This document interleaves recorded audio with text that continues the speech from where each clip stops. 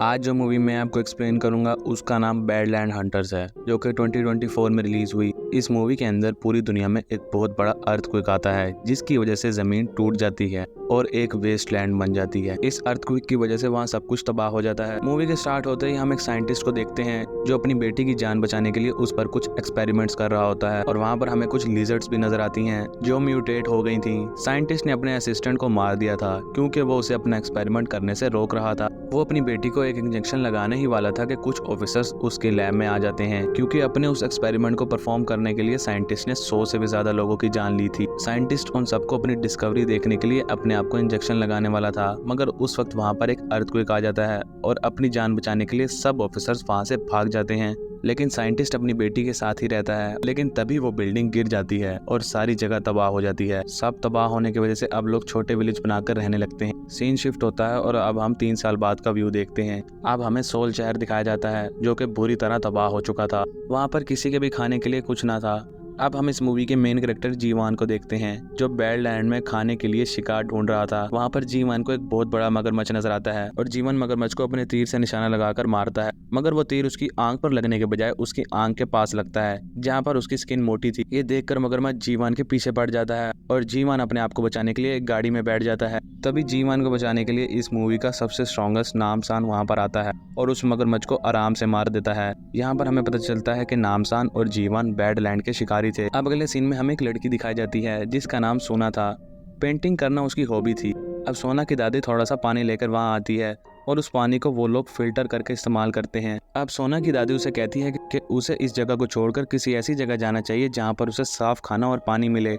सोना अपनी दादी से कहती है कि अगर वो यहाँ से चली गई तो उनका ख्याल कौन रखेगा, इसलिए वो उनको छोड़ के वहाँ से नहीं जा सकती। दूसरी तरफ शहर के बाकी लोगों ने शहर में अपनी छोटी सी बस्ती बना ली थी, जहाँ पर जो शिकार जीवान और नामसान करके लाते थे वो उन लोगों में बांट देते थे और बदले में शहर के लोग में कोई काम की चीज देते थे। तभी वहाँ पर सोना अपनी दादी के साथ आती है और वो अपना स्केच नामसोन को दिखाती है। ये देखकर नामसोन उसे इम्प्रेस होता है और बदले में उसे खाने के लिए मगरमच्छ का एक बड़ा पीस देता है। उसी वक्त वहाँ पर कुछ गैंग मेंबर्स आते हैं जो कुछ खाने पीने की तलाश में थे। उनमें से एक आदमी कहता है कि वो अपार्टमेंट के लोग हैं। वो यहाँ पर उनमें से कुछ लोग अपने साथ लेने आए थे। अब वो 18 साल या 18 साल से कम बच्चों को चूज करते हैं और उनको जबरदस्ती अपने साथ ले जाने की कोशिश करते हैं, मगर नामसन उनके लीडर पर हमला कर देता है और उनके लीडर के सर के पास एक नाइफ रख देता है और उसे कहता है कि अगर आज के बाद अगर वो लोग यहाँ पर नजर आए तो यहाँ के लोग तुम्हारे ही गोश्त के साथ दावत करेंगे। नामसन उससे अपने बॉस का नाम पूछता है तो वो उसे बताता है कि उसके बॉस का नाम टाइगर है। नामसन उसे कहता है कि अपने बॉस को बता दो कि जब तक वो जिंदा है तब तक कोई भी इस बस्ती को नुकसान नहीं पहुंचा पाएगा। ये सुनकर गैंग मेंबर्स हैरान हो जाते हैं, क्योंकि एक वक्त ऐसा था जब नामसान एक बॉक्सर था जो एक पंच में किसी को भी हरा देता था। इसके बाद नामसान और जीवन वहां से जा ही रहे थे कि उन्हें रास्ते में कुछ लोग नजर आते हैं और वो सोना और उसकी दादी से बात कर रहे थे। ये लोग अपार्टमेंट से आए थे और इन्हें एक फीमेल टीचर लीड कर रही थी। टीचर सोना और उसकी दादी से कह रही थी कि उनकी जिंदगी वहाँ पर तबाह हो रही है, इसलिए वो 18 और 18 साल से कम उम्र बच्चों को अच्छी एजुकेशन दे रहे हैं ताकि वो दुनिया को बचा सकें। सोना 18 साल की थी, इसलिए वो सोना को अपने साथ लेकर जाना चाहते थे, लेकिन सोना उनसे कहती है कि वो अपनी दादी को छोड़कर कहीं नहीं जाना चाहती। इसके बाद टीचर कहती है कि उनके पास ओल्ड एज लोगों के रहने के लिए भी जगह है और सोना अपनी दादी को साथ ले जा सकती है। वो उसे कहती है कि हम तुम्हारी दादी का ट्रीटमेंट करवाएंगे और जब वो पूरी तरह ठीक हो जाएंगी तो हम उनको अपार्टमेंट में ले आएंगे। इसके बाद सोना यहाँ से शिफ्ट होने के बारे में सोचने लगती है, मगर जीवन ये सब सुनकर उदास हो जाता है। जाने से पहले सोना जीवन को एक ड्राइंग देती है जो उसे अच्छी लगती है, मगर वह सोना को जाने से नहीं रोक सकता था।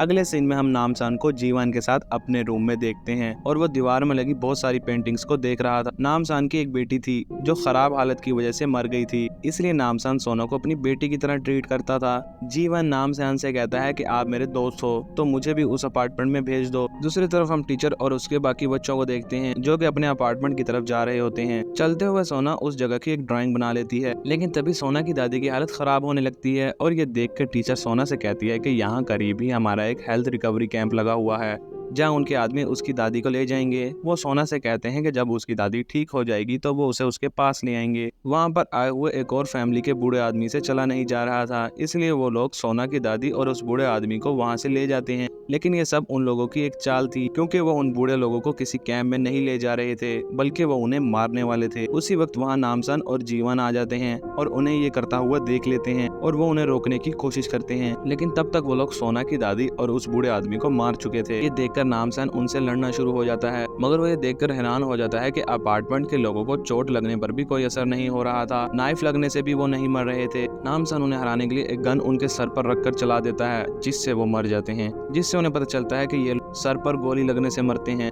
नामसान और जीवन सोचते हैं कि ये लोग म्यूटेंट कैसे बने और ये सोना के साथ क्या करना चाहते हैं। इसको जानने के लिए वो अपार्टमेंट जाने की तैयारी करते हैं। दादी को दफनाने के बाद वो अपार्टमेंट जाने के लिए निकलते हैं कि रास्ते में उन्हें एक आर्मी ऑफिसर ली मिलती है और ये इन दोनों को जाने से पहले अपार्टमेंट की रियलिटी बताना चाहती थी। नेक्स्ट सीन में हमें 3 साल का फ्लैशबैक दिखाया जाता है जब सोल शहर तबाह हो रहा था। तभी हमें वही साइंटिस्ट दिखाया जाता है जो हमने मूवी के स्टार्ट में देखा था। वो एक बिल्डिंग को चूज कर रहा था जहां उसने आर्मी के लोगों को शिफ्ट किया था। उस साइंटिस्ट ने 18 साल से कम उम्र बच्चों को लाने को कहा था, क्योंकि उनकी बॉडी में ऐसा लिक्विड बनता है जिससे इंसानों को इवोल्व किया जा सकता है। साइंटिस्ट इंसानों की बॉडी को ऐसा बनाना चाहता था जिससे इंसानों को जिंदा रहने के लिए कुछ खाने पीने की जरूरत ना पड़े। ये सब सुनकर ली को बहुत गुस्सा आ गया था, क्योंकि इससे बहुत सारे इनोसेंट लोगों की जान जाएगी, इसलिए ली ने उन लोगों का साथ देने से मना कर दिया। अब दूसरी तरफ वो सारे फैमिलीज उन बिल्डिंग में पहुंच जाते हैं। वहाँ पर वही साइंटिस्ट उन सबको वेलकम करता है। वो सब लोगों को वो पानी पीने के लिए कहता है जो उसने वहाँ आने वाले लोगों के लिए रखा था। फिर वो बताता है कि यहाँ पर हर फैमिली को एक रूम दिया जाएगा और बच्चों को अच्छी एजुकेशन दी जाएगी। वो कहता है कि एजुकेशन के बदले उनके पेरेंट्स को वहाँ के कामों के लिए हेल्प करनी पड़ेगी। ली जीवन और नामसान को बता रही थी उस बिल्डिंग की चारों तरफ आर्मी पैरा दे रही है, इसलिए अगर तुमने सोना और बाकी बच्चों को बचाना तो तुम्हें अपने साथ स्ट्रॉन्ग टीम लेकर जानी पड़ेगी। अगर तुम वहाँ अकेले जाओगे तो आर्मी तुम्हें मार देगी। ये सुनकर नामसान सोचने लगता है और अब वो उस टाइगर के पास पहुंच जाता है जिसके बंदे बस्ती में आकर लोगों को तंग करते थे और 18 साल के बच्चों को उठा लेते थे। नामसान उसके पास जाता है और उसके बंदों को बहुत मारता है और टाइगर से सच निकलवाने की कोशिश करता है। टाइगर उसे बताता है कि वो हर हफ्ते हर बस्ती से 18 साल से कम बच्चों को उठाकर अपार्टमेंट भेज देते हैं और इसके बदले वो लोग उन्हें कुछ गन्स, कपड़े और खाने पीने का सामान देते हैं। दूसरी तरफ जिन बच्चों के नंबर ज्यादा अच्छे आते थे तो उनकी फैमिली को बाकियों के मुकाबले में ज्यादा अच्छा खाना और सामान मिलता था। सोना को ये सब उनकी चाल लग रही थी, मगर वो चुप करके सब ऑब्जर्व कर रही थी। सोना को जब क्लास में भेजा जाता है तो उसे सब बच्चों के कानों के नीचे और गर्दन के पास एक निशान नजर आता है जिसे स्टिचेस लगाकर सिलाई किया हुआ था। ये सब साइंटिस्ट का काम था जो सब बच्चों के स्पाइनल कॉर्ड से स्पेशल फ्लूइड निकाल रहा था जिससे इंसान इवॉल्व हो सके। सोना को सब बच्चे अजीब हालत में लग रहे थे जो अपने आपस के हालात को भी नहीं जानते थे। टीचर उन सब बच्चों से कहती है कि वो सारे बच्चे उनकी होप हैं और वो फ्यूचर को अच्छा कर सकते हैं, इसलिए उनके लिए खास पानी और डाइट होगी। साथ बैठी सोना की दोस्त कहने लगती है कि वो उन सबके एक्सपेरिमेंट में काम आना चाहती है, लेकिन वो असल में सिचुएशन के बारे में नहीं जानती थी। इसी बीच वहाँ साइंटिस्ट भी आ जाता है और सबको वही कहता है जो टीचर ने उन्हें बताया था। सोना साइंटिस्ट को देखकर कहती कि उन लोगों ने कहा था कि उसकी दादी भी उसके पास आ जाएगी। ये सुनकर साइंटिस्ट कहने लगा कि उसकी दादी बीमार है और जब वो ठीक हो जाएगी तो वो उन्हें वहाँ ले आएंगे। लैब की तरफ सीन शिफ्ट होता है जहाँ साइंटिस्ट सर्जन को इंजेक्शन देता है जिससे उसकी बॉडी भी म्यूटेट हो गई थी और बाकी लोगों से ज्यादा स्ट्रॉन्ग हो गई थी, लेकिन उसे साइंटिस्ट से बार बार इंजेक्शन लेना पड़ता था। फिर सर्जन साइंटिस्ट कहने लगा कि उसने कहा था कि कुछ वीक्स की डोज के बाद उन्हें खाने की जरूरत नहीं पड़ेगी, लेकिन उससे ये डोज हर वीक मिल रही है। साइंटिस्ट उससे कहता है कि उसे बस कुछ और बच्चों की जरूरत है और उसके बाद उसका एक्सपेरिमेंट कामयाब हो जाएगा। अपार्टमेंट में सारी फैमिलीज काम कर रही थी, मगर एक फैमिली को अपने बच्चों से मिलते हुए 3 दिन हो गए थे,